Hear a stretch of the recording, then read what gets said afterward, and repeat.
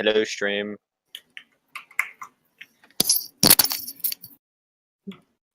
No. I don't. Yeah, I am, aren't I? Hi. That's Hi, wonderful. stream. It's been a couple of I know. weeks. I'm sorry. Yeah, That's I good am, stuff. aren't I? Hi. We're back for another exciting Ebonclad adventure with our favorite group, aren't I? Hi. You guys are my favorite group. Aw, we're your only group. Oh, we have a name. We're you guys now. That's gonna be our new group name. Use guys. Use guys. There we go. You guys. Well, you guys finished your last job successfully. If you recall, you tracked down the bandits, you murdered and or tortured them successfully and got information as to the goods and other wares that they stole. You found where everything was hidden. You brought the information back, and a good time was had by all, except for the bandits. At this point, we're going to fast forward just a little bit of time, not too long. The majority of you have kind of been futzing around the city, doing whatever specific endeavors you're looking to do in between tasks, but after a few days' time, you receive another missive from Cinderscard requesting your presence back at the Drag Inn. It's marked with some urgency, and your presence is expected by 7 o'clock in the evening of the current day. We go back to this time, a new day, all of you back at the Drag Inn in the evening time, and the lot of you are back at the familiar place. The establishment is full of patrons up at the bar, scattered about the tables, just kind of enjoying some of the wares and fares that Cinderscard has available for them. He's currently behind the bar top, putting together some drinks for the patrons, but he has acknowledged the fact that you're all here, and he is trying to hurry through things to make sure he can address the lot of you. Just real quick, where would the lot of you like to seat yourselves or kind of wait for him to come around for you? Bar has like booths, right? Like little like nook seating. It does. In one of those, I think. Yeah, probably I would think that'd pile be all wise. into one of those. A little bit away from the other customers. Are we all in the same booth? Mm-hmm. I mean, we should be able to all fit. We got a couple of smaller Small. members who would make it easier. I can sit on someone's lap. And I just wink and general, and then I remember to say wink for Evan's benefit. Thanks. I absolutely have a drink. I don't think I need to say that at this point, but I have a drink. How I many wonder, have you does had? healing touch cure liver problems? Does healing touch cure hangovers? That is the big question. If so, you are now my new favorite person.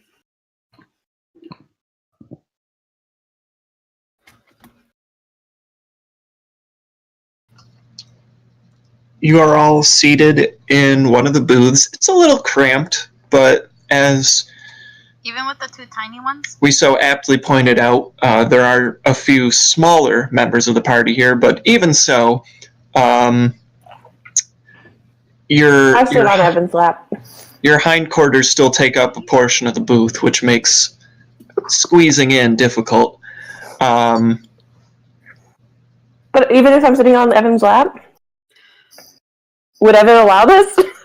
I mean, I guess. Yeah, he consents to you sitting on his lap as long as you consent to letting him play with your hair while you do it, because he would absolutely be messing with your hair. Sure. He fidgets. Well, then it's not as tight. No, you're all at least comfortably seated next to the person on your respective left and right. Is Rexit's hat behaving itself? I don't know, Rexit. Are you feeding your hat, or how are you paying attention to your hat?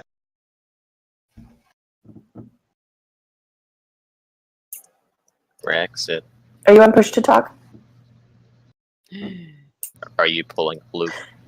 Hey, buddy. No. Hey, buddy. Oh, Uh-oh. Oh. No, he's trying to fix himself.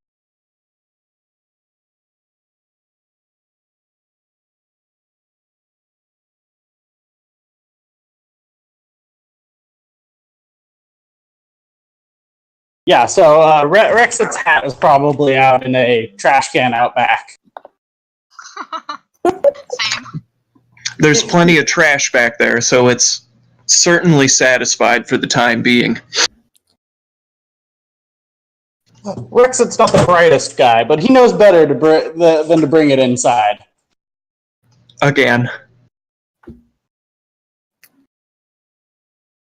After some time, just kind of sitting, maybe idly chit-chatting with one another, or just exchanging shifty glances, Cinderscard satisfies the other patrons, and you hear him stomping his way across the floor to the table, and he pulls up a chair from one of the nearby empty tables and pulls it across the floor to your booth, and he sets it in his usual manner, so that he has his tail and his rear end on the opposite end of the chair, with his arms and head draped over the usual backrest for the chair.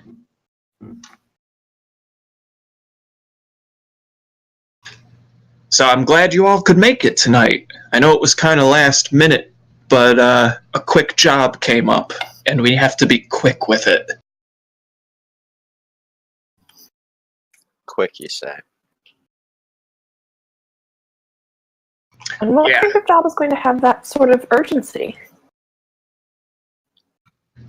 Well, you see, it's on a little bit of a timetable. He raises his finger and kind of brushes the tip of his snout, and he kind of leans in over the front of the table and says, well, the job has to be done tonight. No delay whatsoever. All right. I kind of got that, but okay. Well, you see, we got a contact from someone, real quiet like, looking for some assistance with a little bit of a switcheroo. Go He on. glances over his shoulder again to make sure no one's really listening, and he continues, have any of you heard of those cockamamie coming of age ceremonies for those rich, fancy aristocrats? Quintillions? That's a Right thing, idea, right? but think younger. Oh. How birthday young? parties. Glinfir shrugs. He doesn't pay attention to the ruling caste, really. Well, somebody decided they wanted to crash the party that's scheduled for tomorrow morning. And by crash, I mean steal the ceremonial sword for the coming of age ceremony. Who gives their kid a sword? That's My parents did. Rich people. As you say that, Glinfir kind of like tucks his sword a little bit more out of the way, even though you can't see it. kids do not need swords. Kids need books to stimulate their minds. And toys and things. Not swords. Well, That's obviously, like a little one, so like.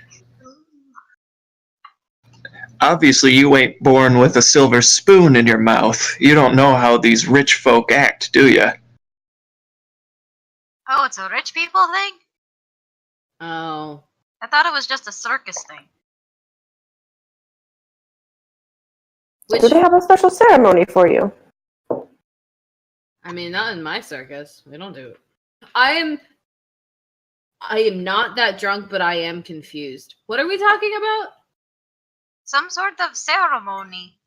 Anyway, But then we got on back, a tangent, so. back to stealing Okay. the sword. We're Okay. stealing the sword? Or are we making sure the sword doesn't get stolen? Well, a little bit of both, you see. Our client has graciously created a replica sword. See, the trick is you gotta pick it up, you gotta drop it off, and you gotta make the switch before anyone's the wiser. And when does the party start? And also, where is the sword normally kept? And also, what time is it, DM? It's 7. about 7 Oh, okay. I missed that. PM already. or AM? PM. p.m. Awesome. Okay, continue. Well, the ceremony is scheduled for the morning. These fancy folk like to get things out of the way early with the sunrise and then have the rest of the day for their fancy fetes. You know how it is. So we'd probably want to make sure that the switch is done before the sun rises this morning. Well, the pickup point is going to be at the archives. The archives, of course, I'm talking about the Miranir archives. They're not but a stone's throw from the castle, but from what I gather, they're going to be in a nice, discreet place for you to pick up. So the party at the castle?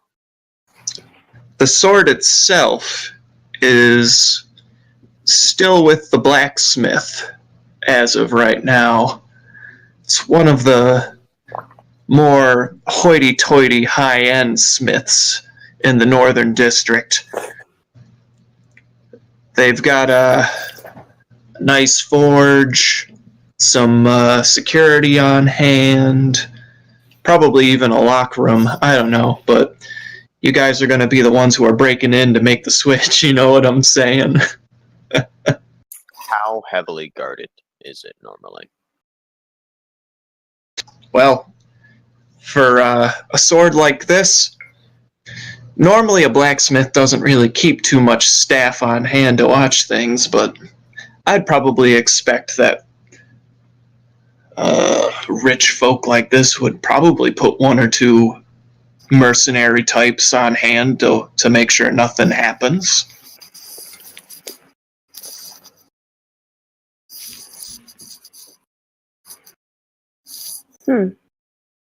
Is there anything special about the sword? Or do we not ask questions? Just kind of. I'm just curious. It sure looks pretty. Beyond that, I don't know. Fair enough. So is there actually like a party though? Because I I'm don't still. think we're going to the party. The party's tomorrow, but we're stealing the sword tonight. Oh, okay. Yeah. Steal sword before party. Yeah, there Don't it is. actually. Okay, I got it. It's good. So brown. Cindersguard looks at the rest of you. Did the rest of you understand the task at hand?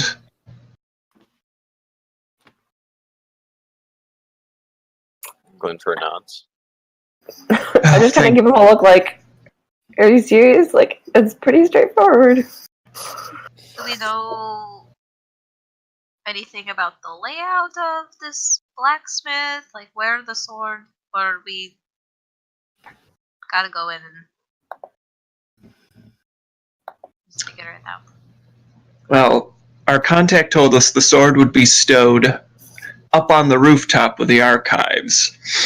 When you get there, you'll see it. There's all sorts of fancy architecture and statue work up on that rooftop. You'll have to poke around a little bit, but I'm sure once you find it, it'll be pretty obvious. I'd hope. But that's also going to be your drop-off point once you make the switch. You'll bring the real sword back to where you got it. Now, I can't stress how important this is. The drop-off is also when you're going to get paid. Alright? You get the rest of the money. We got half of it up front. We'll get half of it when you drop the sword back. So don't break the sword or lose the sword.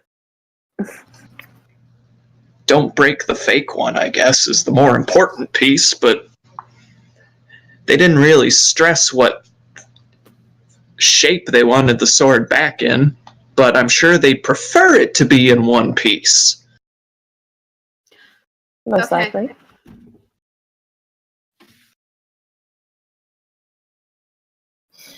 I'm curious as to why we're stealing it from the same place where we're going to hand it off. We're Why not meet at a separate location to avoid No, arousing we're suspicion? handing it off where we pick up the fake. Ah. My mistake. So, Looks like sitting in that lap has got you a little confused. it's a good lap. But let me just clarify, because I'm not the smartest person in the room and I want to make sure I understand. Take the sword, the fake one, from the roof of the archives, switch it with the real one that's at the blacksmith's, put the real one where we got the fake one on the roof of the archives. Yes? Yeah. Okay. Don't forget to get paid. Yeah. Yeah. Simple enough, right? Sounds good, Dragon Man.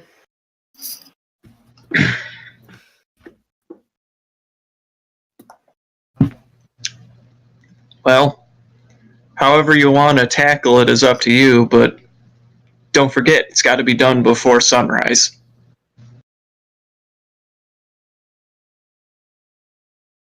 If you don't have any other questions for me, I'll get back to serving the other patrons. Bring me in a refill when we come back. I'd be inclined to say you've had enough, but you put that money on the table and I'll bring another round. But I thought things were free here. Who told you that? Who told you that? You did! I Right? did no such thing. Or was that I the did no oth- such thing. Is that the other Ebonclad bar? I don't. Smoke starts curling out of his nostrils. Evan just starts drinking the last bits of his cup. He's done talking now. No need to get into a tiff about it. I'm gonna be calling your tab after this job's done. I pulled Juniper's hair. Not hard, but just like a little as I'm braiding it. As what? I'm braiding your hair and I tug it because you're being you. I stick my tongue out at him, even though he doesn't see it.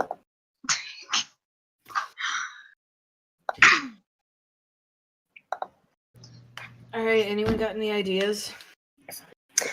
We could always make it seem like we're inspecting the work.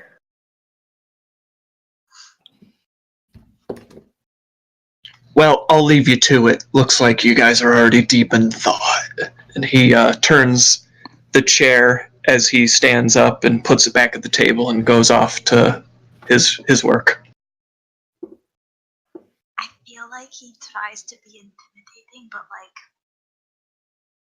He's probably like a really sweet guy. He just has to act like a big think scary so, too. dragonborn. He's squishy on the inside, but like crunchy on the outside. Anyway, focusing on the mission that we are currently running out of time to do. right.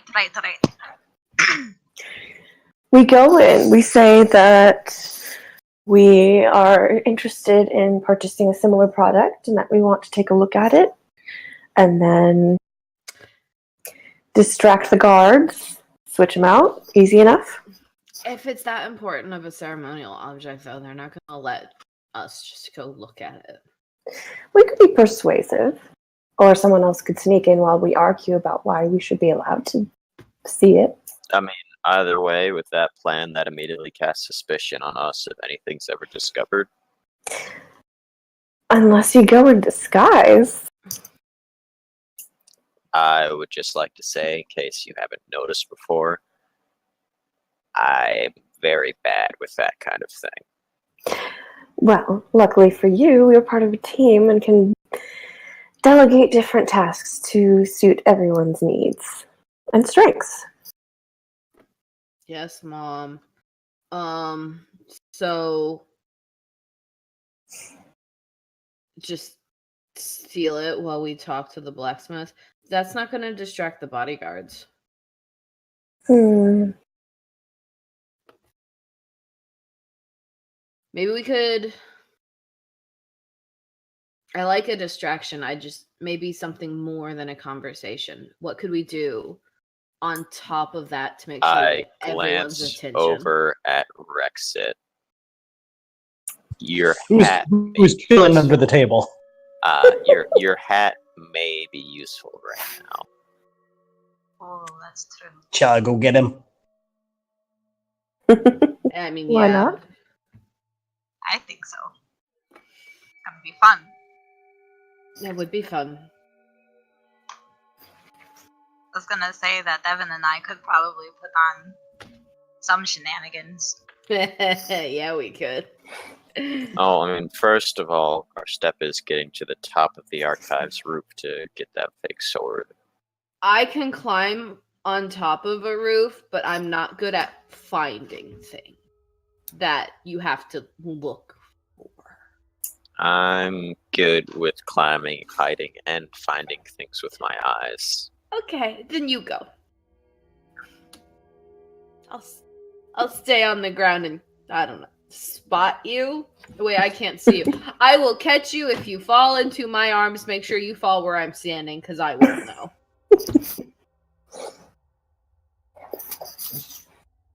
That's very encouraging, Evan.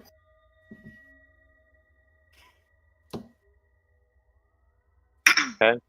Did we want to split up? Like two. Should have probably 2 or 3 go to the archives to acquire the sword, then the rest of you head over to the blacksmith to case the place. In case it's still open, peek inside, see what's going on. And then meet at the blacksmith's after you guys get the sword? Yeah. Okay. I'm not very good at casing the place because, again, I'm not good at looking at things. So I You have other senses that could be useful. just tell me which direction to go.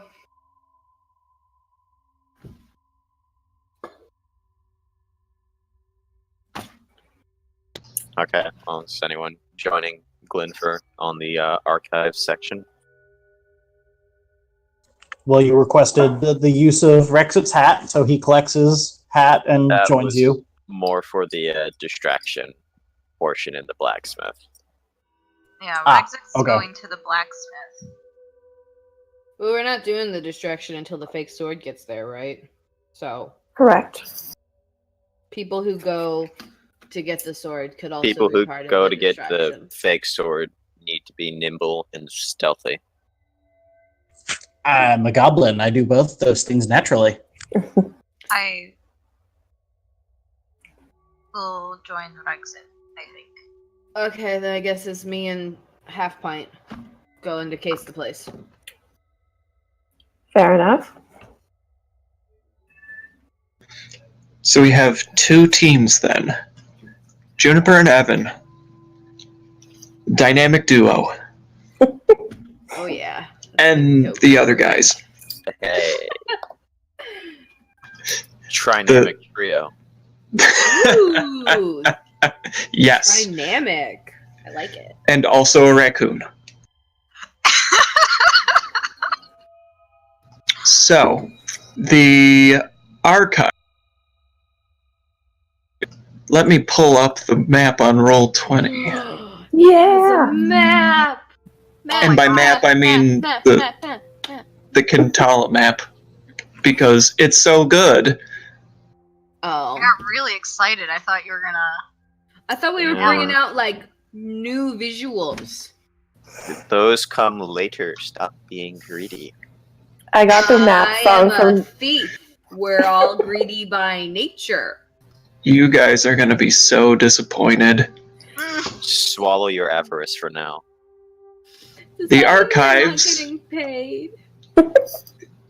The archives are located near. Oh, it's Gotcha, that building. it's the large blob among the smaller blobs. Yeah, look at that. Ooh, sorry. At least Whoa. I know which one it is. Oh, thank you, whoever did that. No problem. Oh, yeah. The blacksmith shop is to the north. And I will also draw a free hand because I can do that. Hey, my circle ain't perfect, okay? Don't hate on it. Oh, well, that looks ugly, but there you are. It looks beautiful. Everything you make is beautiful. Don't patronize me. Oh my god. Wait, that little dot is us. And the circle thing is the archive. The comma. No, the little dot, comma, up top, that's the blacksmith. Ah! Okay. And then the bottom one is the. The larger circle building is the archive. Okay. I Correct. had one of those right. My name is Correct. Blacksmith. And of course, the castle is like front and center in the middle there, so Oh, that. you guys are. Lots of good guard patrols, most likely. How long Yeah. have we had this map, guys? We've had it for like months now, right? I just realized there's a castle on it. It only says castle in big letters. And Yeah, you that's said fine. that you wanted new maps.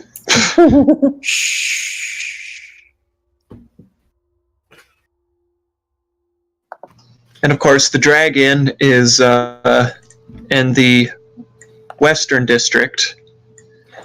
Oh, the dragon. I thought you said the dragon, and I got really excited that there was a dragon. I did say the dragon. Why? That's a pun, unfortunately. Does the dragon have I'm getting so sidetracked. I'm so sorry. I'm gonna just be quiet. I mean, it has a dragon form. But does it have drag queens? I'm sorry. That's every Thursday night. Yes. It's canon. I'm gonna shut up. I promise. Uh-huh. Alright.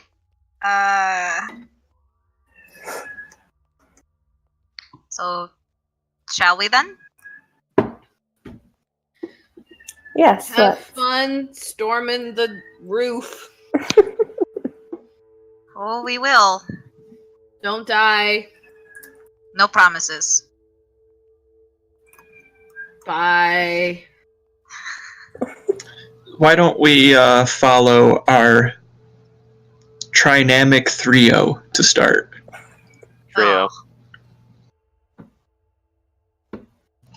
The group of you push your way out of the Dragon into the alleyway. It's starting to get dark at this point as the evening works its way into nighttime. I would probably say that between Evan's last drink and kind of formulating a plan in secret, you're probably pushing on 7:30 or a little later at this point. But the night is full of possibility, and a lot of you are left standing in the street. Full of possibility and drunk people. Also, yes. Okay. Okay, so we're at the archive around the area. How does it look around it? Are there like any kind of small alleyways leading up to it, or is it like in the center of a large square, extremely exposed to everything? So the archives itself, as you approach them, this is one of the centerpieces of the district where you're heading. But particularly, it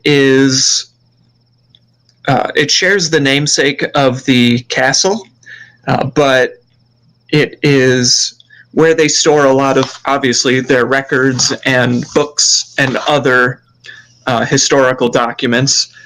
You see patrols of guards moseying around through the areas, and even though it's later at night, there are still large groups of people milling around and kind of passing through the area as well. Occasionally you see folks who are walking out of the front door of the archives. It typically is open until later in the evening, though it might be winding down at this point to public access. In front of the archives is a large square, kind of open ground, cobblestones, and you see patrols of guards kind of on the outskirts of it, passing around and through, heading towards the castle as they finish or move along on their patrols. And the archives itself are about 3 stories tall. It's quite the daunting climb, all things considered. It has large cathedral-styled walls and pinnacles to it, as well as archways that are completed with different stone sculptures that dot it.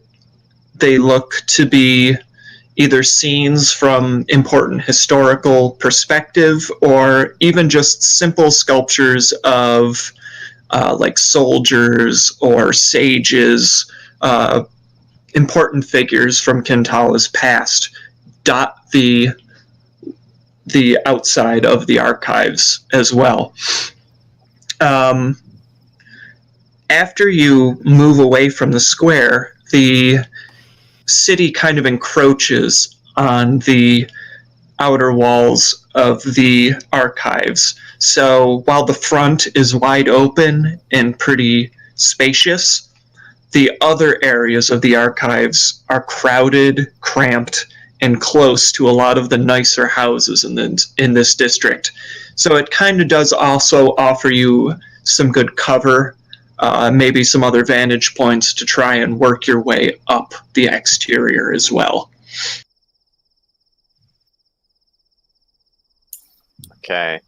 How is the lighting around the archives? Is there a lot of artificial lights put up around it? Candles, torches, and so on? There's torches along the front and sporadically on the sides, but for the most part, a lot of the light comes from the guard patrols moving nearby and from some of the more well-traveled streets that are surrounding the archives. How many guards are on each side? The archives themselves don't have guards posted, but at least not on the upper sections. There looks like there might be a pair of them at the front, near the entryway, and patrols that are wandering in the area around the castle number in trios or quadruplets as they just kind of mosey through the streets. You are within eyesight of some of the castle walls and ramparts, and those are heavily guarded, but it's so far away from this particular space that they're not really looking in your direction, nor would they really see you based on the amount of shadow or cover that seems to be offered to you. Okay, and then last question is the houses that are encroaching onto the archives. How close is like the closest one to the walls, distance-wise? Closest one is probably about 15 feet, almost like an alleyway, more or less. The more typical distance is 25 or more, but there are some sections where you can get pretty close by.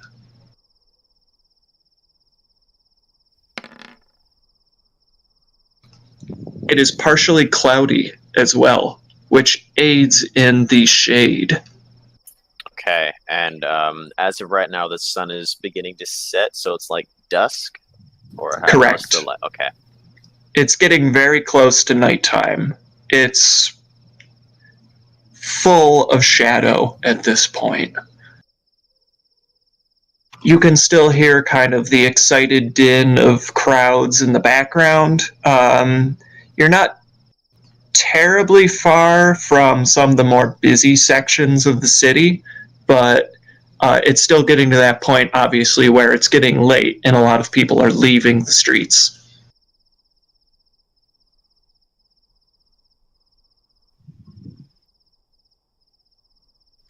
And I'm sorry if you said this. How tall? About 3 stories at its apex. There are some sections that are shorter, maybe to act as catches for rain or for like the statue work to be placed. So there are places for you to maybe rest or kind of crouch down and hide if you were to scale the building. But the top parts are pretty high up. Okay. I would say that Glinfir would have had a grappling hook stored away in his house with other useful equipment, considering the profession he's getting into, and I definitely would have brought it for this. I would argue that any equipment you guys have on hand, you would probably bring with you, because who knows what the Ebonclad wants you to do. So yeah, I agree. Okay.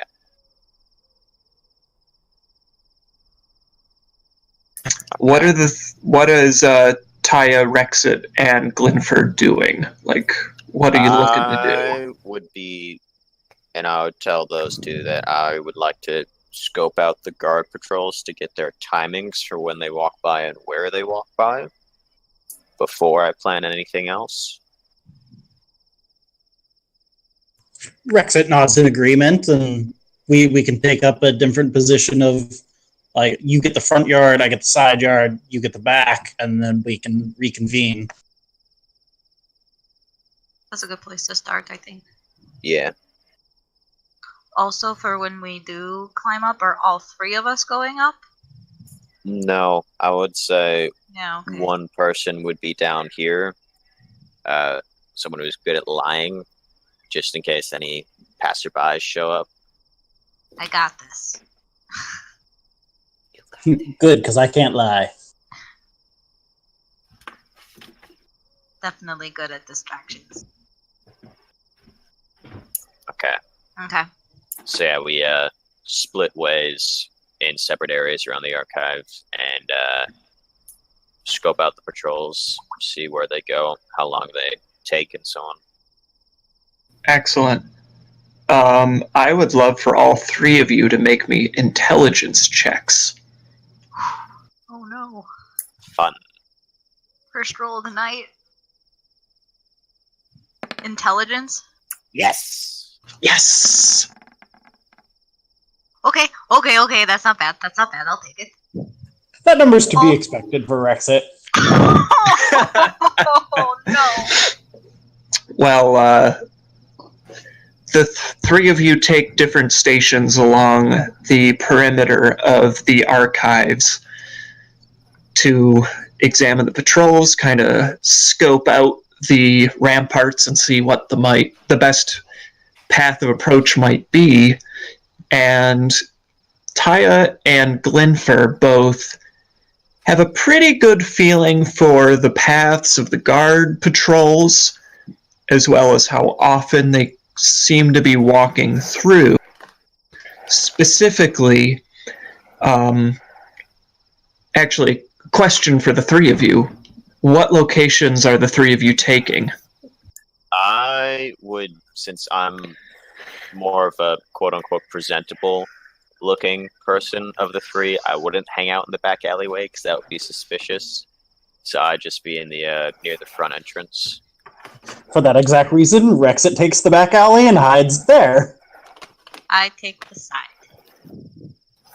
Okay, so I imagine Rexit is going to be on like the back left, and then Taya will be on the back right, so you can still kind of see both avenues up the side of the building. Is that correct?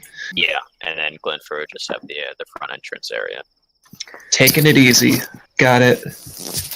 That's why he had such a high roll. He had nothing else to really worry about. I was going to say, if we're like stalking the guards and like learning their path, I'm like, could we potentially call that a survival? I might even would have argued that might be streetwise, but it's kind of watching and examining. So with that, Glinfir obviously is laser focused, honed in on the front of the building. You see that the guard patrols are pretty heavy in the front here, if only for the fact that the central courtyard in front of the archives connects to so many of the different streets that leads towards the castle and to the western district as well. The patrols themselves seem to run about every 10 to 15 minutes with different amounts of guards moving between the different streets. Most obvious to you is the fact that the two guards stationed in the front remain there. And they seem to be stuck in the front of the building, flanking both sides of the building. Still in the front, but they've got the front courtyard pretty well on lockdown. Taya, you're looking at the backside on the right, and you kind of get the same feeling. Your patrols are a little less intense as the ones Glinfir's noticed. Maybe every 20 minutes, another patrol kind of walks from the courtyard to one of the alleyways or streets that are in your section, but you're kind of hanging out in and amidst some of the houses that are closer together, not on the main thoroughfare, so they don't need as much patrolling, more or less.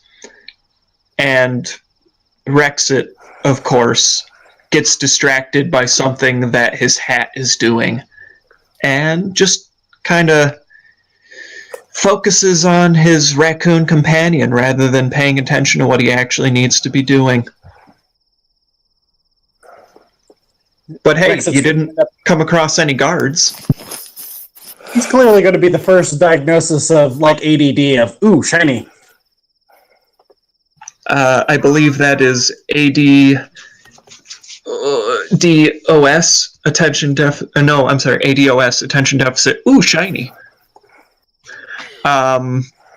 So You guys spend about 20 to 30 minutes kind of watching around, and at this point it's even darker, which may or may not aid in your endeavor, but it is late, it's dark, and you reconvene.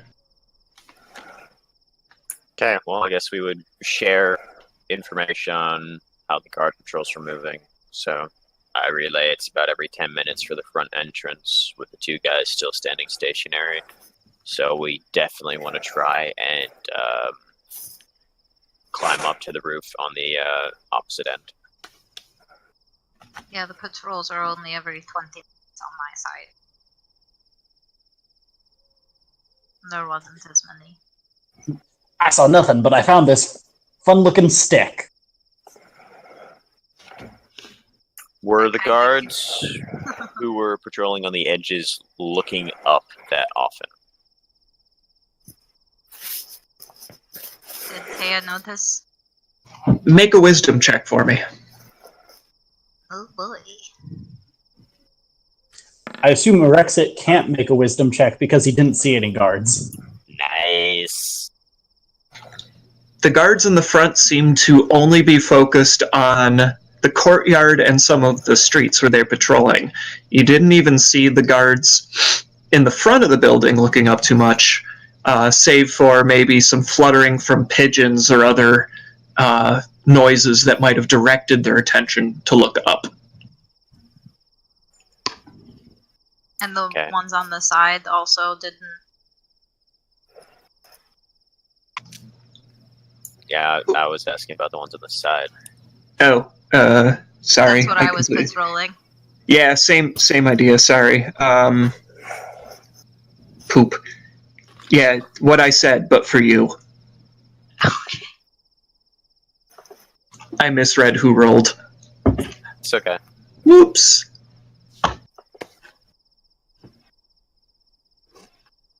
Okay, so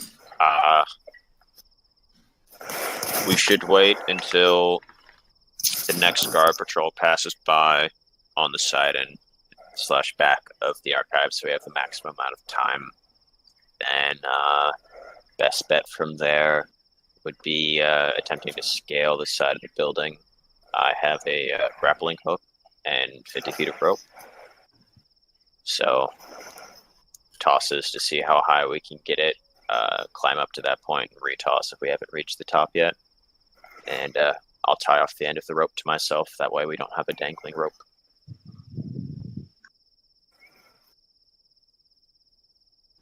Unless you guys have a better plan. No, Sounds like a plan to me. That's a good plan. I was going to ask if I could use my disguise kit to kind of make myself look kind of not homeless, but a little, not well off. And I want to wait until they start climbing, and then I want to start doing like acrobatic stuff and like performing and like keeping people's eyes on me. Rexit can assist you in your disguise kit before they scamper up the building. Sure. What are you doing? I don't want like raccoon poop on me. Oh, but it's such a great disguising material. Well, I mean, Rexit is proficient with a disguise kit. Ah, okay, that's fine. I was saying that from a game standpoint. He is proficient with the disguise kit. He's not just like, here's a raccoon on your head. I mean, it was a fair assumption. What would Rexit be doing to assist in the performance? I think he'd be helping me with my, like, disguise. Yeah, she said she wanted to be homeless looking, and Rexit would be like, no, you don't look homeless yet. You got to do this. Yeah. Personal experience, gotcha, like an acting coach, right? I mean, he lives in. He's like, what was his name? Look a little bit rougher. Like, oh, I'm performing for money. Feel bad for. I don't think that's much of a stretch for you, but with a little bit of Rexit's help, I'm sure you can pull it off. Go ahead and roll a disguise check. And Deception. Deception. and use advantage because you have help. Oh, you rolled before I finished. Oh. Roll with advantage, so roll again. You got it. Sorry. Hey. Hey, look at that. It's lit, y'all! I'm helping. All these high rolls. You're I wasting rolled them. I'm gonna roll a Be natural quiet, one. DM. You shouldn't be telling me this now. You wait. So, you're doing some street performance. Whereabouts are you doing that? Tell me. You said there's more people, like, in that alleyway, right? Like, it's kind of where all the houses are and stuff? It's a little cramped. It's more cramped towards the alleyways. There's still plenty of people in the square in front of the archives. I don't like drunk people. But it's me. Aha! I need to make myself stand out in the crowd, and it's nighttime, You're purple. so I'm going to touch my shirt, and I'm going to cast light, and my shirt is glowing while I'm dancing. And performing. Babe. That'll get their attention. Yeah, it should. I'm pretty fabulous. Thank you. And are you dancing in the front, on the side still? Kind of like in front of that, the side alleyway, so I'm hoping that anybody over there would be kind of like, ooh, what's glowing over there, and kind of like look my way. But I am in front. I'm like in the square. I'm just like, woo. Okay. Yeah. I hope that made sense. That was a lot of words in order. No, I got it. While you're glowing and doing your best dance, Glinfir, I would love for you to make a roll for your grappling hook to try and hook that. I think that it makes sense for you to do. Oh boy. I'm just going to say athletics. I'm thinking just a dexterity check. Okay, I can do that.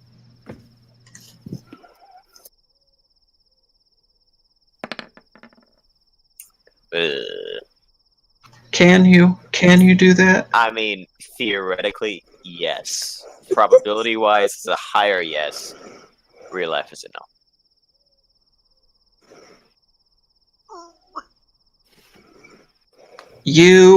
We have a few tries. Toss the rope after kind of giving it the wind up and the throw. Yeah, going all Thor with it. The metallic hook lands on top of the building with an audible thunk. An audible. Oh, no. Thank you, I mean, Cinna. it's not a very heavy grappling hook.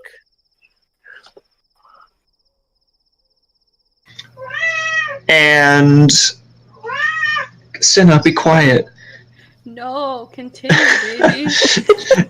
Okay, I take And, it back. It's like 4 pounds. That's pretty weighty. It scrapes on the shingles on top of the archives as you kind of tug on it. It does catch, and it sticks firm after your first toss. Okay.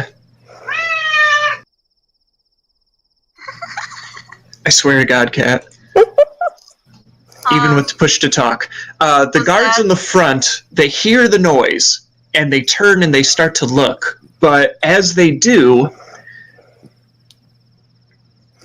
they stop and they look at Taya's glowing shirt, and they suddenly just get distracted, and they're just really into your performance. and they kind of nod at each other and kind of start to like bob and weave with the performance, and they're just completely unbothered by it. I blow them a kiss. Oh. That's so cute. Okay. Well, I gesture Rexit to go first and tie the bottom of the rope around my waist. And Rexit will take that lead and scamper up the rope. If you're tying that rope, Rexit, I need you to make a dexterity check of your own. Okay. I was tying the rope, not Rexit. Yeah, I'm just climbing the rope. Glinfir is at the bottom of the rope. Gotcha. I Okay. was tying it around my waist, so when I climb up, it stays with me. Go ahead and make another dex check then for me, Glinfir. Okay, here we go. Better. Cool. Rexit, I would love for you to make an athletics check for me. Can I argue acrobatics? You absolutely can. Are you nimbly climbing up that rope, or are you relying on all of your goblin strength to pull you up, hand over hand? Obviously, the goblin strength.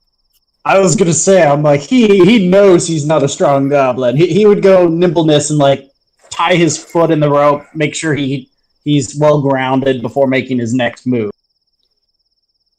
Cool. Yeah, go ahead and make an acrobatics check then.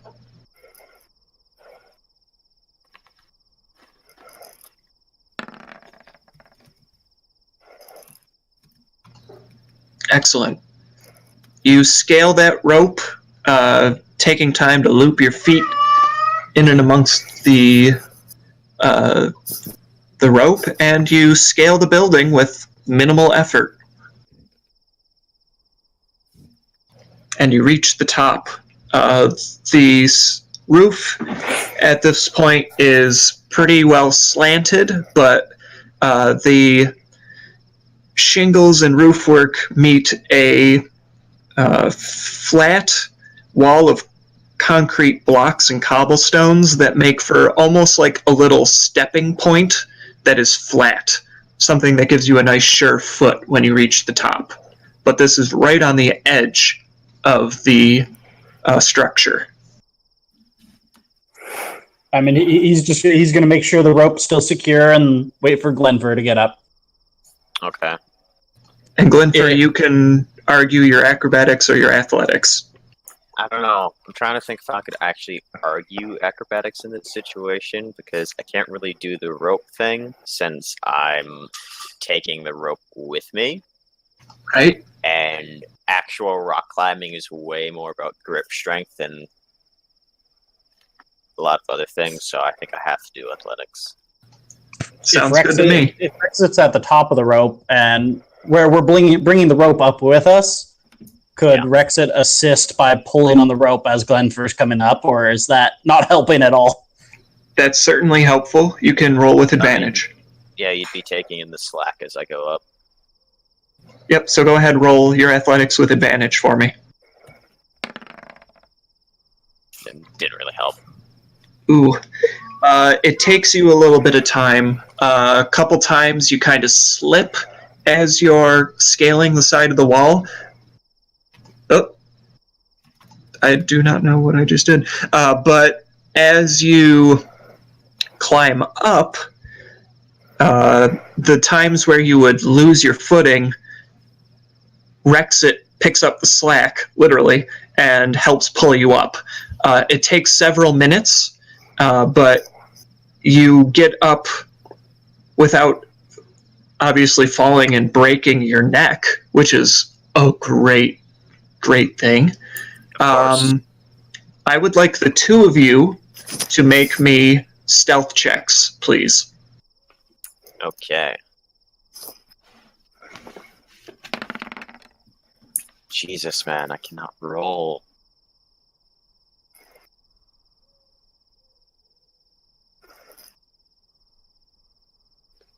This does not bode well for Glinfir. And Rexit got a 12. Okay.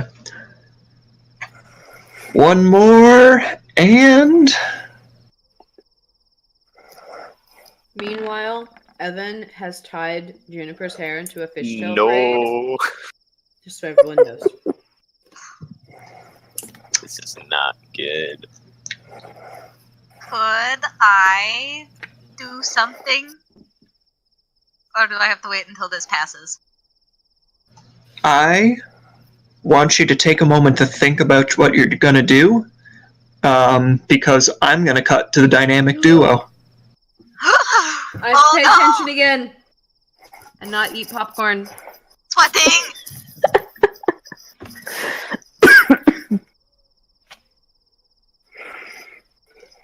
So, Gosh.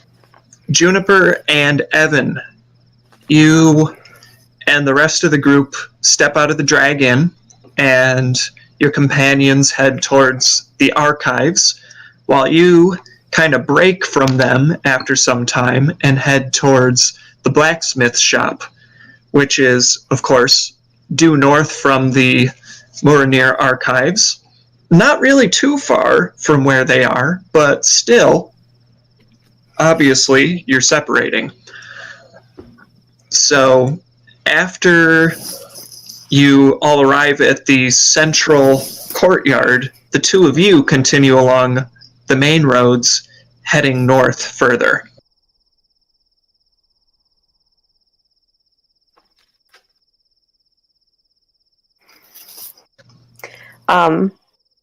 I can't link arms with Evan so much as link my arm around his wrist. What are you, my service dog? If we're asked anything. Yeah. Do we need to be in disguises? Because we should do that before we get to our destination, if that is what we think we need to be doing right now. True. I mean, I'm always up for a good disguise, but... Are you good at putting them on other people? Because I'm good with a disguise kit, but I have this problem where I don't know what I look like when I'm done. I can help you out with that.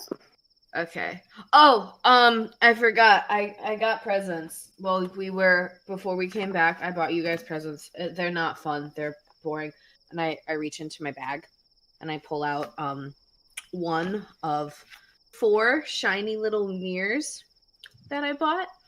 They have little ropes on them, and it's just light refracts. It does something with an R, and it's easier for me to see you on the battlefield. So just put that on your person. Alrighty then. Thank you. I got them for everybody, just so I don't accidentally shoot you. Everybody has tiny mirrors now. Oh, okay. Retconned for everyone else.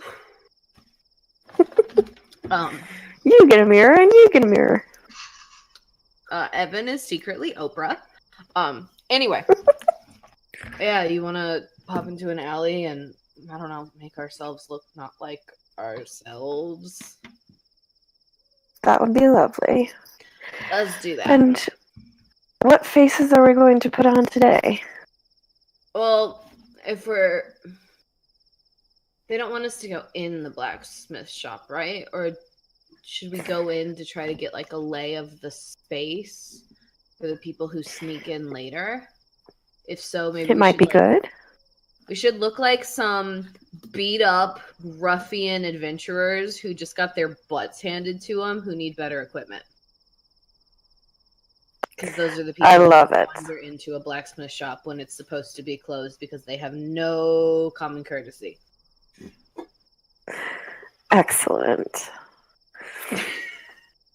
I'm going to use my disguise kit to give us bruises and cuts and some dirt maybe. I want to find something that looks like a colored paste. I don't know what color it is, and I'm just going to put it all in my hair so I'm not obnoxiously blonde. I'm something else. Who knows? I make my hair red instead of blonde. Okay, I'd love for you two to make disguise checks for me. You can key it off of your charisma. Oh, good. I'm Oh. good at that. Oh, I I have think. disguise kit in my. I'll just roll a disguise kit. I was going to say I have mine, but mine is under intelligence instead of charisma for some reason. Okay. Do you want me to I switch make it it to whatever I want. Do you want me to switch it to charisma? You can set the disguise kit to query attribute. So you can do a disguise kit based off of dexterity. You can do it off of charisma. It'll give you the option to change as you click the button. Yeah, I mean, any kit or tool uses whatever the DM's discretion is. Hey. So I got well, an that 8, doesn't but matter. She got So a natural 20. So yeah, it helps me because I'm blind. she helps. I said I would help, so She helps rub dirt in your hair, like just all of the mud, all of whatever is in the alleyway. Who knows? You smell kind of like rotten bananas now. Are there any I'm gonna like take off my Harlequinly patterned obnoxiously easily to identify jacket and just like fold it and put it in like my pouch, and it's probably like super bulging because it doesn't really fit, but that's where I'm gonna put it anyway. Oh my god. yeah, I'm gonna put my scarf in one of my pockets. I'm gonna It's red. take. Are there like piles of trash nearby? Oh gosh. Oh lord. Are there? No. Oh, no trash. You're in a nicer section of town. So I would mean, there be more there's like there's some compost or there's some recycling bric-a-brac bins? laying around, but not piles of trash. No. Anything fabric-y? Fab. just like laying around?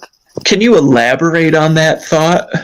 It could be a trash bag for all I care. Just something that is large in yardage and rollable or wrappable. Fabric-y. Oh, the DM look of contemplation. That's never good. Are you speaking from experience? Yes. I see you. Mm-hmm.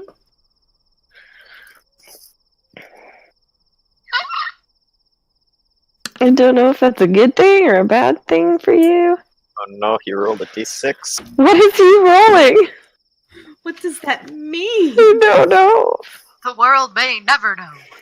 I'm gonna put on like a plague blanket and then get the plague. Oh, I thought you were like saying that. I was like, what? No, he's gonna. You just so happen to be nearby a fabric shop in the Northern District. Oh, perfect. I know, right? What are the odds? I'm going in the fabric shop. Oh, okay. Alrighty then. The fabric shop is closed. Good start. Does the fabric shop throw their scraps out? They might. You'd have to look. Can I look for scraps from the fabric shop? I want to like feel around. Oh no. What's this interesting squishy thing in the corner? Is this rags? Oh no, that is not rags. Make an investigation check for me. I'm terrified. I'm just watching this happen like, Evan, darling, do you need help with something? Like, I don't know if y'all, well, I mean, I'm sure you noticed because I don't like these on my arms, and I kind of gesture to the bandages that wrap all the way up past my elbows, are recognizable. So, like, I just want to cover them. So people aren't like, oh yeah, it was some bandaged person with dirty hair. Because Long sleeves. Well, Can't Are take my the jacket off 'cause bandages that's recognizable too.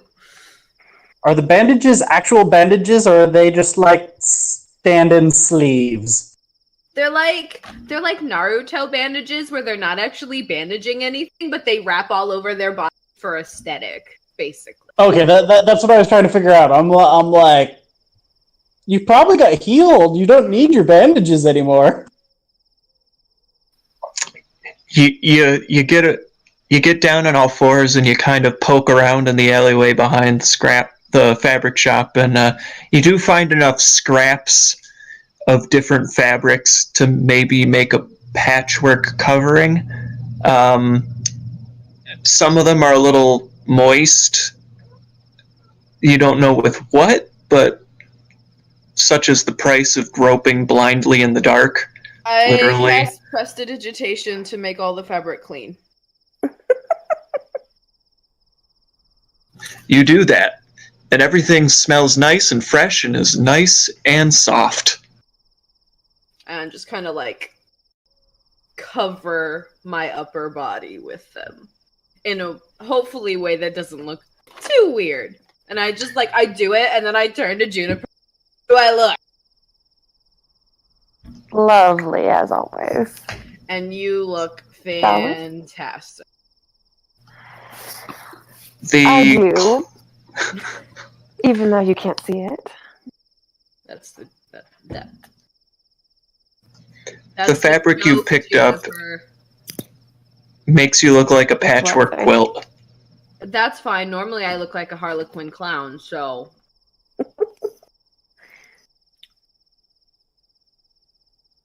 Alright, you want to go try to, I don't know, buy a hand axe or something?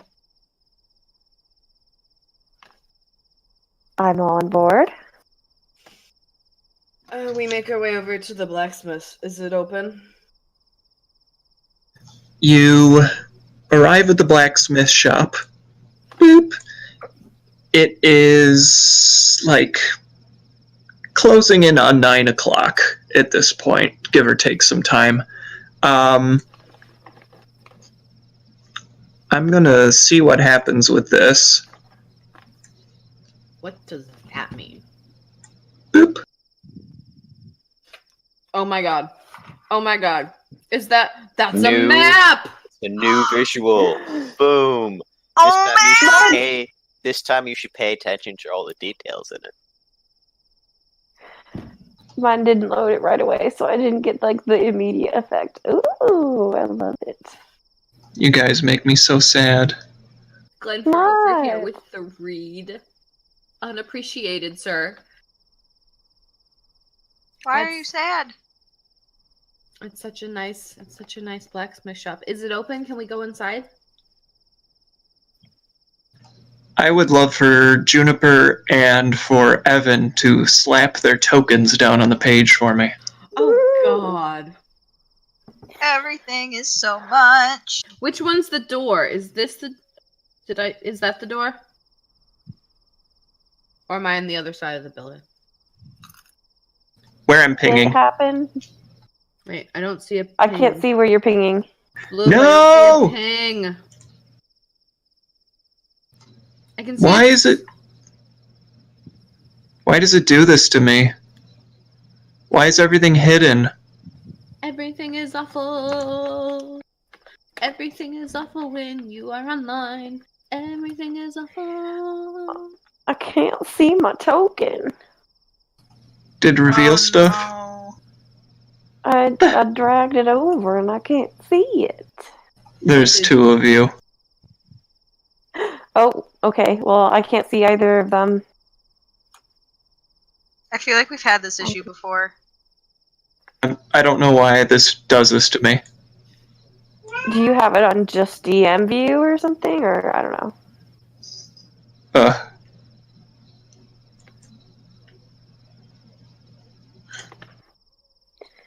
Technology is fun.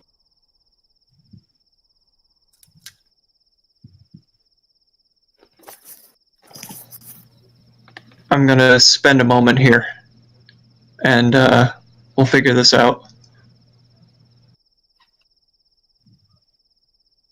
I was going to entertain chain chat with my dancing. Sorry, everyone, for the delay. I've poured myself some more wine in frustration, and we're just going to continue. Wine makes everything better. The two of you arrive at the blacksmith shop. It is a large, very nice building, considering the. What are you laughing at? Steve really did replace my picture with my cat. Gotcha. Okay, cool. The building's very nice. The facade is matching with a lot of the other buildings in the district here, which are upscale. So as far as blacksmith shop go, this is probably one of the nicer ones you've ever seen.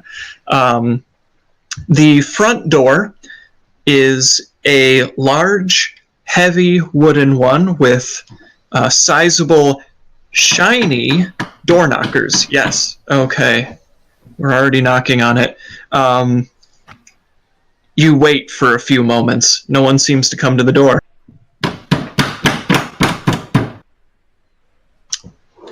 The door opens a tiny bit. Eh? What do you want? Let me in. Who's there? Why do you want to come in? We're closed. I broke my axe, and I need it, or the troll will kill me. Let me in. Didn't I just tell you we're closed? What do you think this is? Walmart? 24 hours? Please, we're desperate. We almost just died. Yeah, this troll ate my girlfriend. Please, I need an axe so I can chop open its stomach and see if she's still alive, just like living in its stomach. I don't know. That doesn't sound like a very convincing story to me. It happens in Little Red Riding Hood. Of course it's a she's in its stomach and I need a better, sharper axe to save her life. Don't you believe in love? Hold on a minute. The door slams shut. And it's a couple minutes. You two just kind of sitting outside of the door. Can I look around at the outside and see if there are lots of guards or who all is around? There are actually a fair number of windows on this building. It is shaped almost like a trapezoid.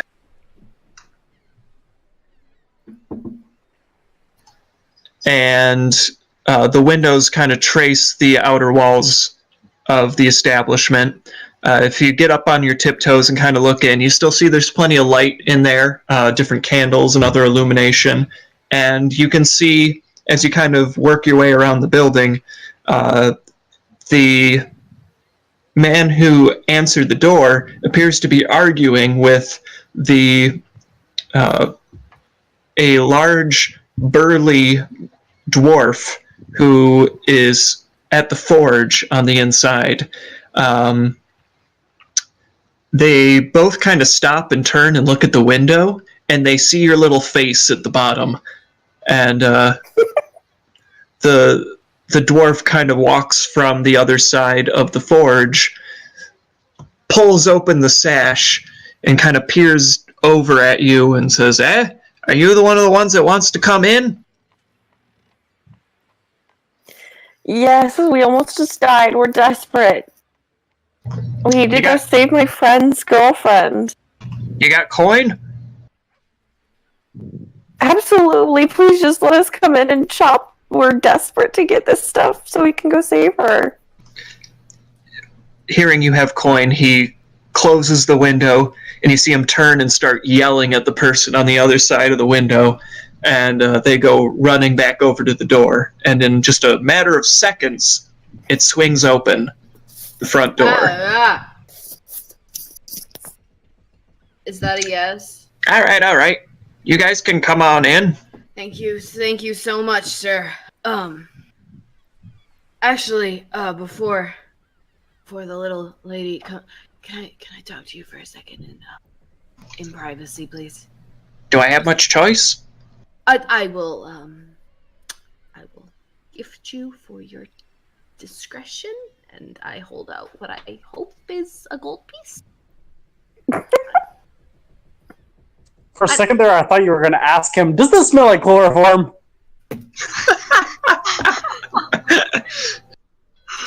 Just a Oh my second. God. Is there like a back corner or something where, like, if she's like wandering the shop, she can't find us right away?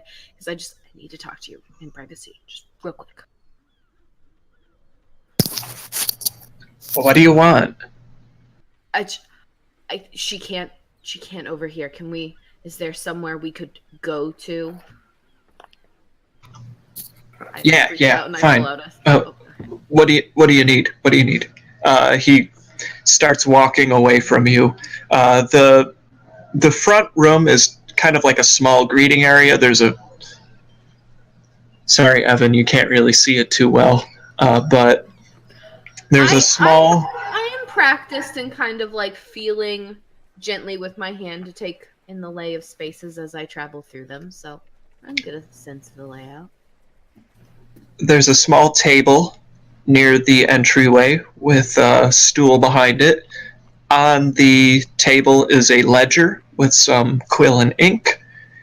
The front room there is probably about 20 feet wide and like 10 feet deep before it makes way to kind of like a large display room, which is very large. We're talking like 50 feet long, 30 or so feet wide, with racks of like weapons and armaments and all sorts of different smithy wares that are on display for people to kind of poke through, peruse, purchase at their discretion. The withered shop hand, this little man who you're following, leads you into the main display room. And as you pass through the threshold to this room, you can feel the heat from the forge, which is on the far side of the room. The dwarf is in that area, still kind of sorting through things and taking tally of items and tools and such. And he looks up briefly as he sees you being escorted by the gangly little withered man. And you hear him grunt, all right. And he just kind of goes back to whatever he's doing in the corner there. And the little man kind of works his way through some of the racks in between some of the displays, and he reaches a corner in the back, which is actually within eyesight of what appears to be an open-air caged area where some nicer-looking merchandise seems to be stowed. And he says, "What do you want? Why do you need me to take you to the back corner here?" All right. Listen. So that girl out there, I don't have a girlfriend inside of a troll. I'm actually trying to make that one my girlfriend, and I need her to think I'm super tough, so I made up this heroic thing that I was going to do, but we find my girlfriend is actually dead, so tragedy, and she falls in love because I'm a sensitive spirit. What I need from you, do you have any like dented, wrecked armor that I could pretend was inside of a troll that could have been my girlfriend, so that she thinks I'm this tragic person and she loves me? And as I'm making up this total BS story, I want to kind of be like feeling all the display cases as we move around and just trying to listen for sounds and try to get a sense of where a back area where a special sword might be hidden. And I want to look around while the guy is distracted.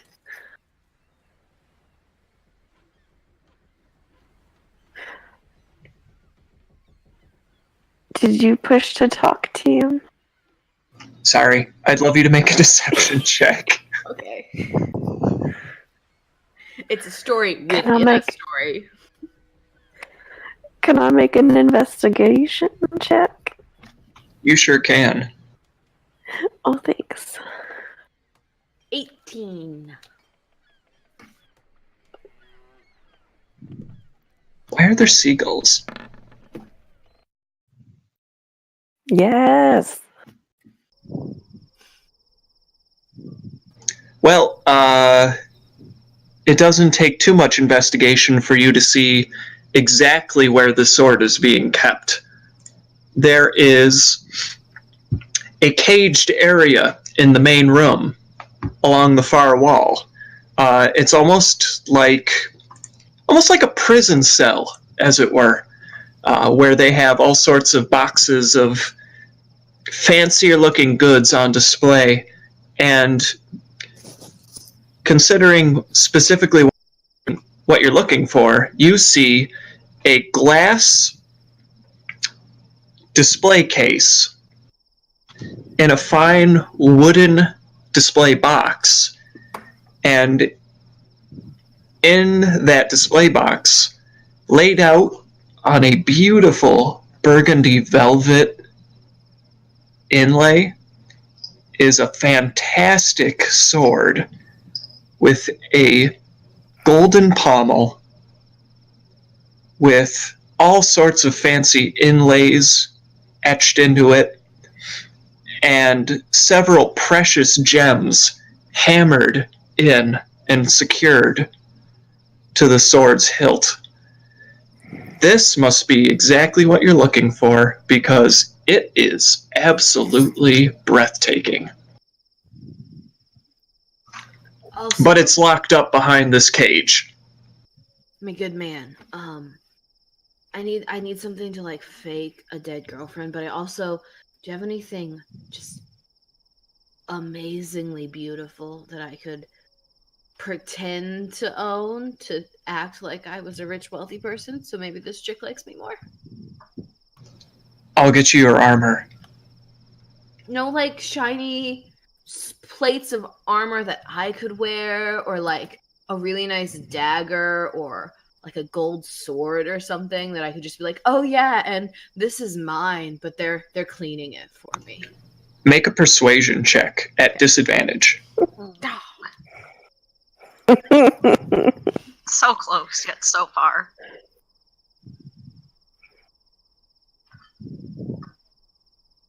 Oh, man! Killing it. You're killing me. Give me 5 seconds. Terrible lying is the only thing Evan is good. Only thing.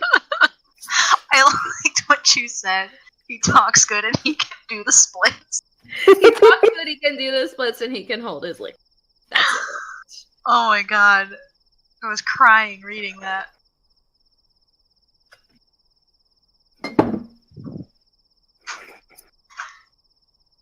Can I see like how many locks stand between us and the sword? There is one on the main gate for the cage area, and the display seems to have some kind of key lock as well. So it looks like there's just 2.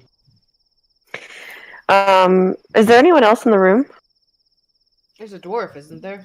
A great question. There are 4 people in this room. Oh. There is the dwarf at the forge. There's the squirrely, withered old man that is standing next to Evan. Mm-hmm. And then you see 2 gentlemen kind of lazily seated back in a pair of stools in the far corners of the room, clad in chainmail, decked out with arms and armor. Aha, the bodyguards of the sword have been sighted. I'm literally just writing dudes. Just it just says 2 dudes, and I drew a cage. You probably couldn't see that.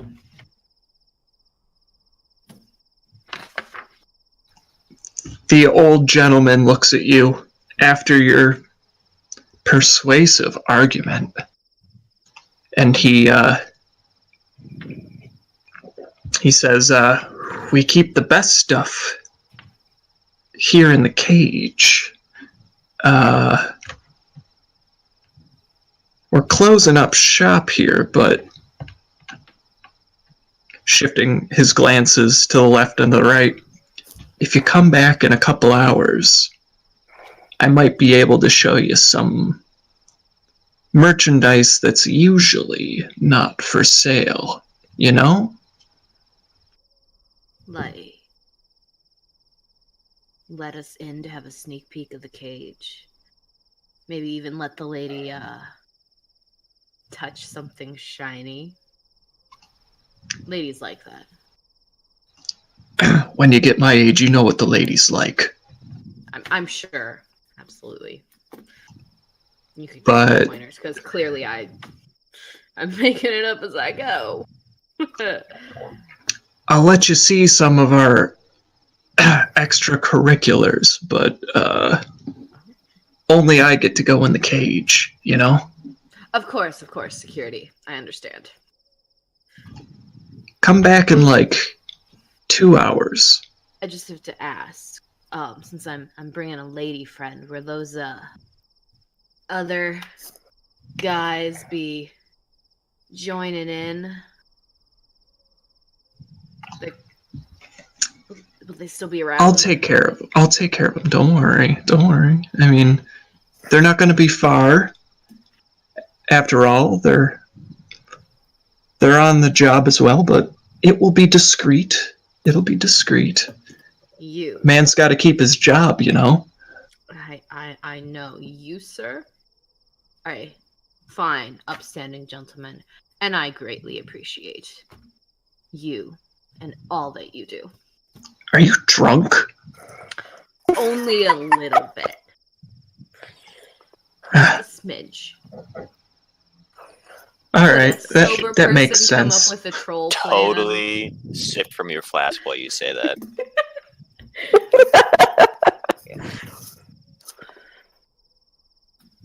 Right. Uh, I'm gonna take my lady friend and that destroyed armor that I'm gonna pretend is inside of a troll. Is that? I need to stop drinking before I come up with pickup lines. How much for the dented armor, and then we'll be back in a couple hours. for the crappy armor, Yeah. 5 silver. Okay. And I'm gonna pull out 5 silver. He rummages in the back, pulls out a pair or a set of bad armor, and as he gives it to you, he says, "Well, this is a mighty good find you've picked out. If I do say so myself." He looks over at the dwarf, who nods approvingly at the sale of the terrible bad armor, and that's one of our old classics. I'm sure you'll enjoy it. I'm sure I will. He takes your money and he hands you the dented, crappy armor and says, 2 hours. Don't forget. Got it. I'm gonna kind of Discreet. got it. I don't see the wink, so I'm just gonna kind of like tuck it under a shoulder and be like, Rosemary, let's go kill a troll, beautiful. Make my way over to Juniper. If you're sure. Yes, darling, I am so sure. I'm gonna kind of like lead Juniper out of the blacksmith shop, and as I'm doing that, I'm just gonna. I feel so dirty. That was the worst conversation I have had in so long. I'm sorry, darling. Can I do one quick glance around and see who might have stuff for when we come back? What are you looking for? Keys. Like anything that looks like it might open the cage thing and the box that the sword's locked in? Make another investigation check. I'll say go ahead and take advantage because you rolled so well in the first place. Oh, thanks. Plus, no one's paying much attention to you.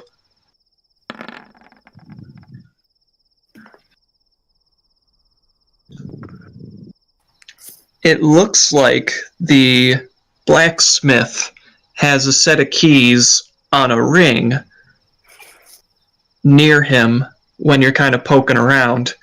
When you leave, they're still kind of sitting on the forge, so you don't really know where they're going to be in the next 2 hours. Okay.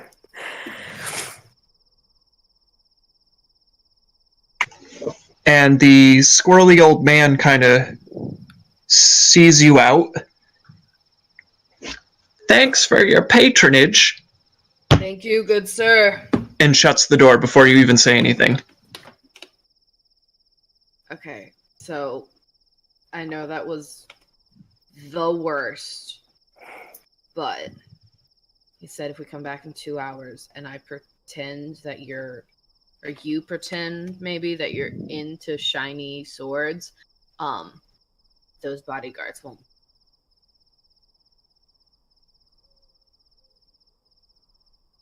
Fingers crossed the other guys are back on this side of town by then.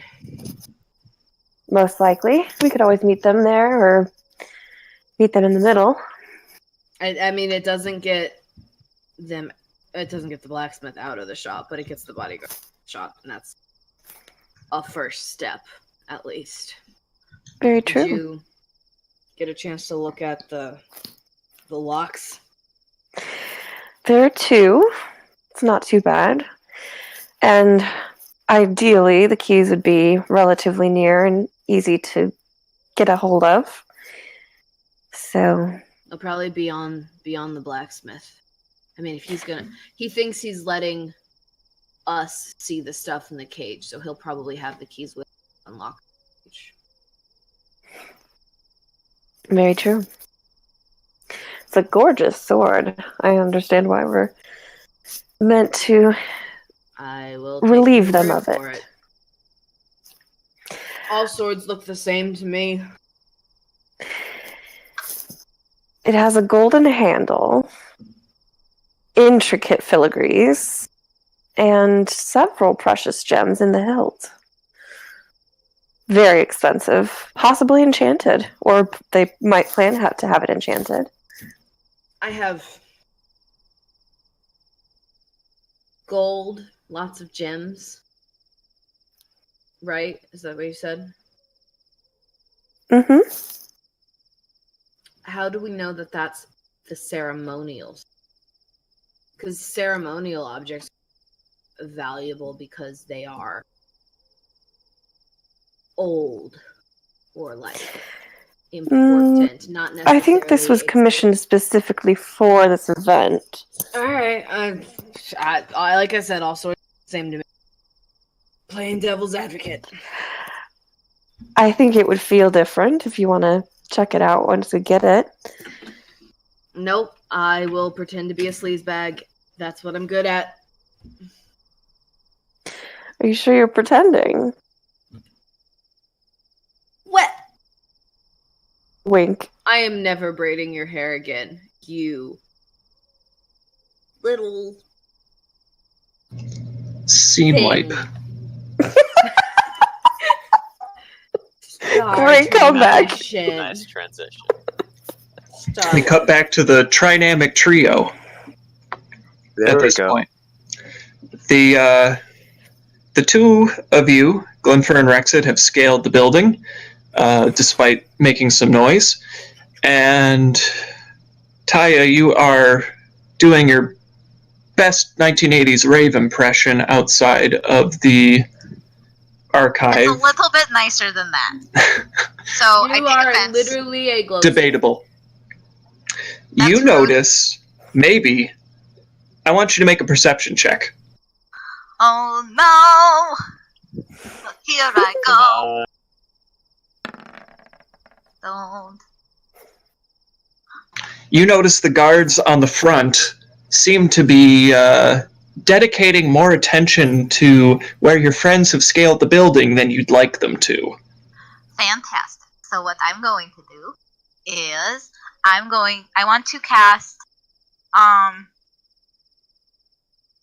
thaumaturgy, and I want to make it sound like a scuffle is happening on the other side of the archive.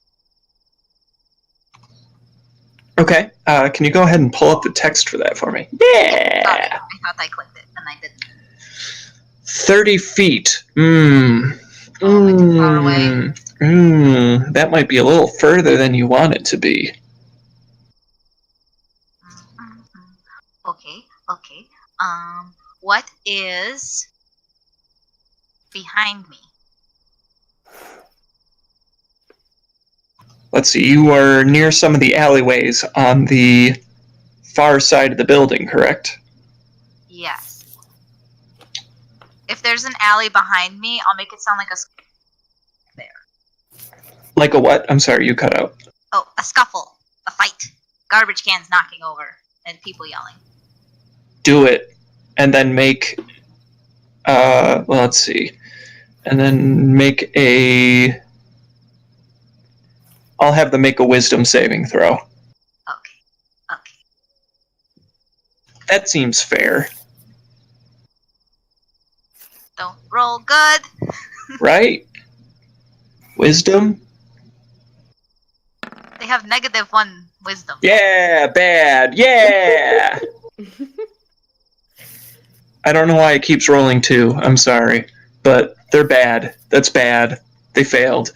The two of them are heading towards the side of the building, and suddenly the sound of fighting and just all sorts of crazy noise and a din from the alleyway distracts them.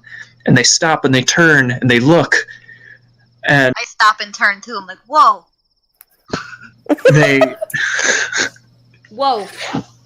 they ready their spears and they start marching towards the alleyway.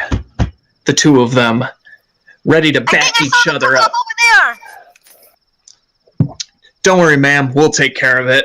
You just keep entertaining the rest of the masses while we investigate this strange late-night occurrence. Hup, hup, hup, hup, hup, hup, hup, hup, hup. And they march ahead into the alleyway. Nothing to see here, everyone. It's totally fine. And I keep dancing. I go right back into it.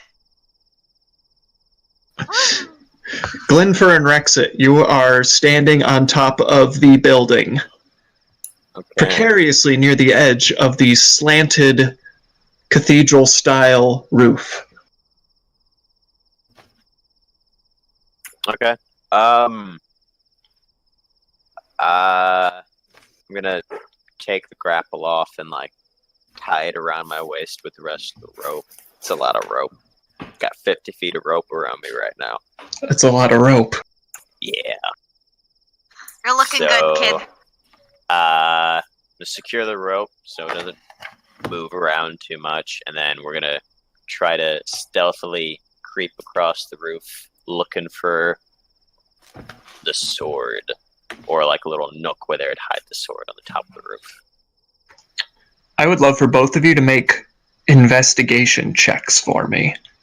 And I'd also like another stealth check. Okay, we'll do the investigation first.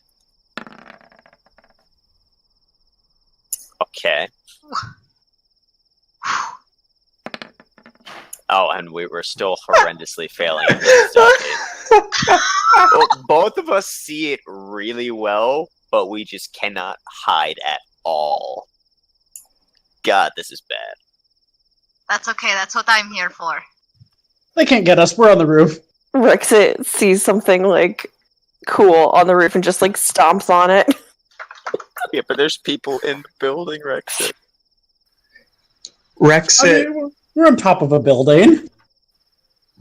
Rexit is moving around, doing his best to be as stealthy as possible, but the the roof is just too steep for his tiny little goblin feet, and you kind of lose your footing more than once, and you kind of scrape against some of the shingles and tiles as you're trying to stay up there, and you kind of stomp. Some of the loose shingles kind of go flying off the edge and shatter on the ground below. Glinfir, you're not being much more stealthy than him, all things considered, but at least you're not knocking anything onto the ground underneath. You're kind of like scooping him up as he loses his footing and slides, making all that racket. But kind of in between helping each other along and that being punctuated by looking around, you do put two and two together, and you kind of think, hey, there's a lot of statues here, man-sized statues of soldiers and other figures. And as you move around the roof up there, you find one of them, one of the stone statues of some historic figure, an old guard captain maybe, has a sword that is just not made of stone. It is a fresh-looking sword, fully forged steel, a pseudo-gold hilt, all sorts of gems inlaid into it, just completely out of place for one of the statues. I was going to say, it would have been a beautiful moment if they found the sword under all the ceiling tiles that Rexit had knocked off. Okay. Well, first of all, how is the sword attached to the statue before I do anything? It's just crammed into one of the hands. Okay, I try and uncram it without breaking the statue. Which shouldn't be that hard with my meager 10 strength. I'm going to be a jerk and make you make an athletics check. If I crit this, I'm going to be so mad. I was going to say, if that doesn't work, Rexit wants to use his really, really bent rapier to just, like, pop it out of place. Ooh, that was close! You pull it out, no problem. Just kind of pulls out of the hand. You break one of the fingers off of the statue when you do so, but you have no trouble pulling that. The middle one. Aw, that's the best one! Not anymore. You know, just for giggles, I'm going to keep the statue's middle finger. Yeah!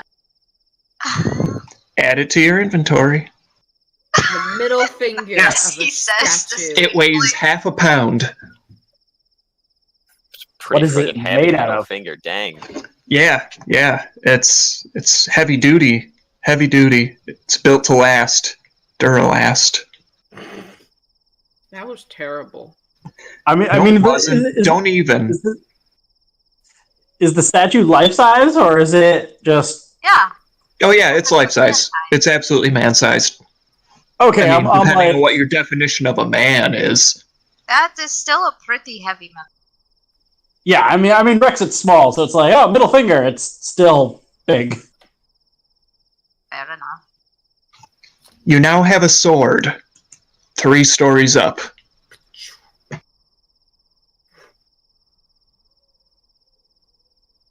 Okay, well, is it a long sword?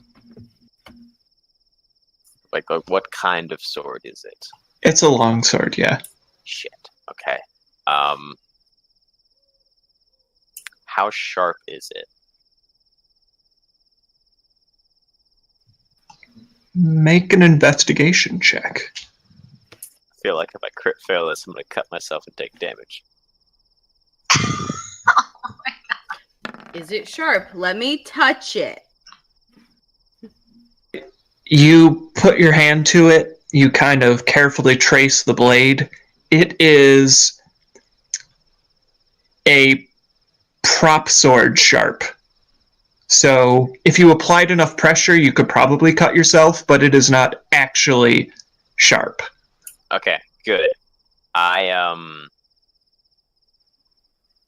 cut off a small portion of my hemp rope and make like a little loop harness to fasten the sword to my sword belt. And Rexit will take off his cloak and wrap up the sword in it. That's suspicious. Just have the cloak be a God, I'm pulling a Star Wars. Have the cloak be one of those butt capes that cover the sword. Since Okay. It's like you're too small for it to be a full cape on me, so I got to put it somewhere. But like how a Jedi robe hides a lightsaber. Exactly.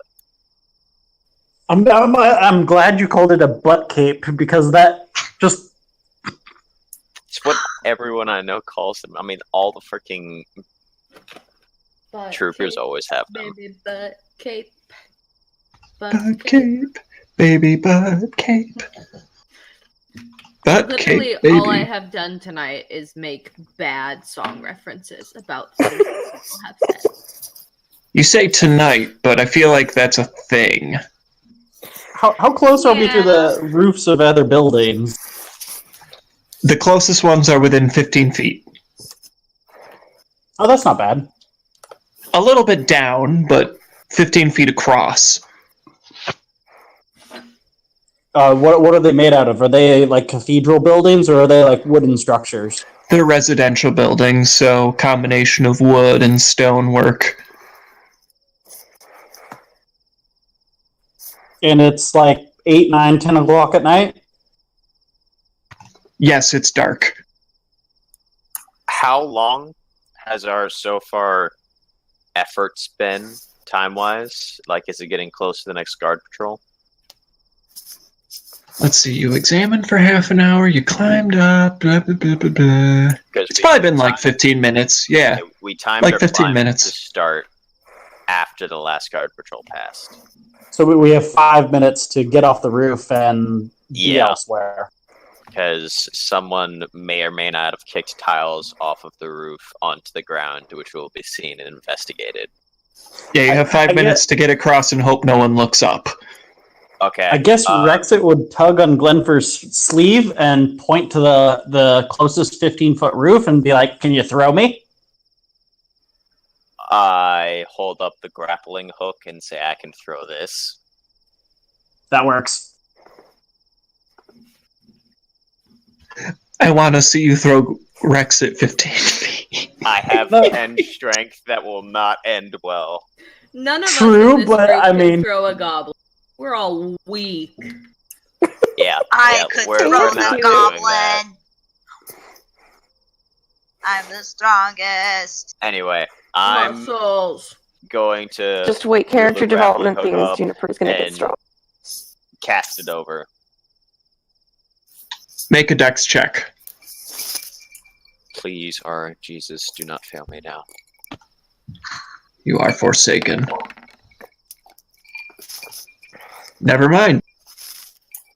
Woo! You land it. Your grapple hook goes across the chasm, the 15-foot gap, and secures to the roof on the other side, no issue. And also, you don't throw with so much force that you kind of lose your footing because you're still tied to the grapple hook. So that's a bonus. This is true. I never untied myself. Okay. I secure the rope with my weight as best as I can, brace myself in motion for my smaller friend to climb the rope. How are you getting across? I will figure that out when you get across. You should go with the sword. Are you handing me the sword? I hand him the sword with my sword belt. All right. I guess I have to wear that like a bandolier. I mean, it's a belt. You can tighten it. Actually, no, Yeah. it is a long sword, though, so that's bigger than you are. So, yeah, bandolier. It's a better idea. Yeah, so Rexit will just go all spider goblin and like scurry across the rope. Make your Before this Acrobatics happens, check. is there any kind of like statue that looks sturdy that I can like help race the rope against nearby? There is a statue or a wall you can secure yourself to. Don't forget also there is like a foot of straight wall that you can kind of brace yourself against right where it meets the roof. So that's also a thing. I'd like to get a little bit further away from the edge of the roof, so I'll choose the statue. Yeah, you've got more than enough rope to do that. Yeah, so I'll do that. So since he's got the rope so tight, would that give me advantage to like athlete or tightrope walk like across? Don't. No. Okay. It's mainly for me to not fall when your weight's on the rope. Yeah, I was just double checking. Yeah, because he's not going to like do a tightrope walk, but he's going to like do the slow action movie crawl across the rope. Shimmy across. Tightrope walked, you could join Team Circus. I want to high five Taya through the camera, but I don't know where her camera is next to me on the stream. There we go. Yeah. Team Circus. I would like to imagine that we have arrived, and so like, we still see Taya dancing and like. We went there. I thought they were coming to meet us where we are. Well, we have 2 hours, don't we? High five down. Yes. There we go.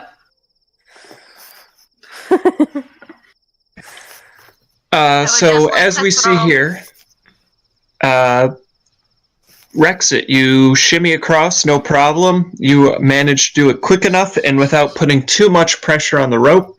Glinfir, you don't feel too much tugging, and with bracing yourself against the wall and the statuary, you see your friend safely to the other side on the slightly lower roof, about 15 feet across from you. Okay. I mean, are you just going to like Tarzan into a window? No, because those houses are occupied. Okay, what I was going to do, since it's only 15 feet from our part of the top of the roof to their part. Excuse me.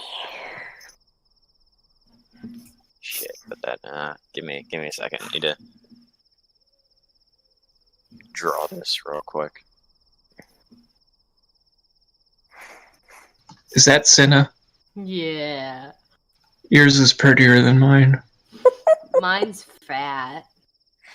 Hi, Jenna. Mine screams. I'll take fat over loud any day. He screams when he wants food, which is why he's fat. Yes, you do. Mine screams because, for no reason. Oh, what a good cat. He's being very accepting of me holding him in my. It's not something he normally allows. I think he likes being on the video camera because he wants to be famous. Are you a ham? Mm-hmm. You want to be a superstar. Cleo likes to sit on my chest when I'm in recliners, and I am in a recliner at the moment. And she has joined me twice during our session so far. Oh, we've been blessed. I cry. You good over there, Glinfir? Yeah, I need like a little bit more time. Hold on. Gotcha. I was going Just to add want to that I would double have. check something.